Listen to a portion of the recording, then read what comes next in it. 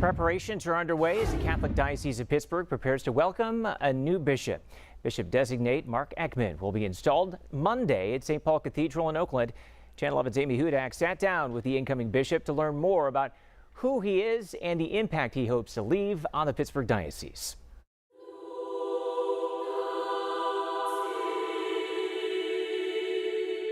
I never thought I'd be a bishop. I thought that was for really smart guys.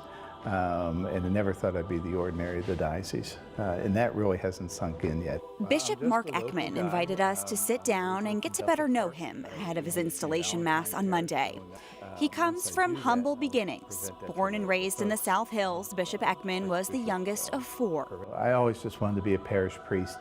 I was content being a pastor. That calling came in grade school, where he learned to pray and look to the Lord when contemplating his purpose.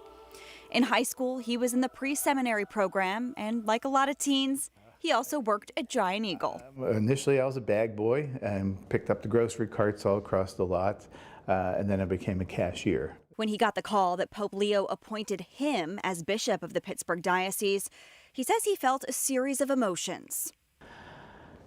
The very first one was relief because I didn't have to pack up and move. Then he said came humility. He had been chosen to lead the diocese of 625,000 people across 6 counties.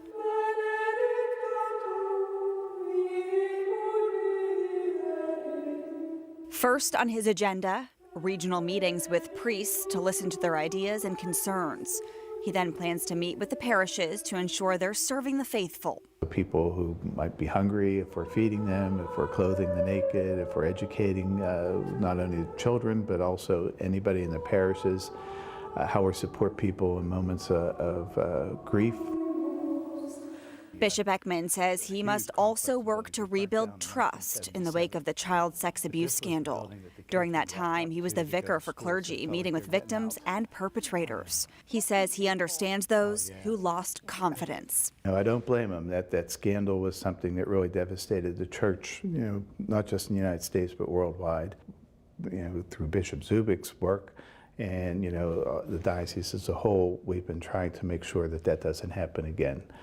We have very strong programs with certification for protecting God's children. When he's not behind the pulpit, we asked Bishop Eckman what life looks like.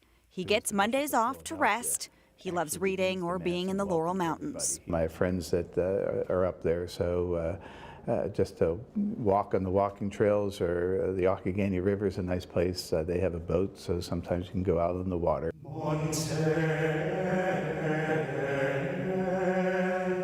Eventually, he will be moving from the South Hills to the cathedral, his new, more central residence. Now, it just needs to all sink in. I didn't realize how much of a celebrity you become when they announce that you're going to be bishop. I'll walk to my car and someone will say, "Hey, you're the new bishop." So it's sort of exciting that way. Retired Bishop Zubik will still hold a key part of the Catholic Church, volunteering and doing confirmations for 60 parishes. Bishop Eckman is looking forward to meeting Pope Leo and communicating with him in English as the first American Pope. Amy Hudak, Channel 11 News. And you can watch the installation Mass of Bishop Eckman Monday on our streaming platforms. The Mass begins at 2:30 on Monday.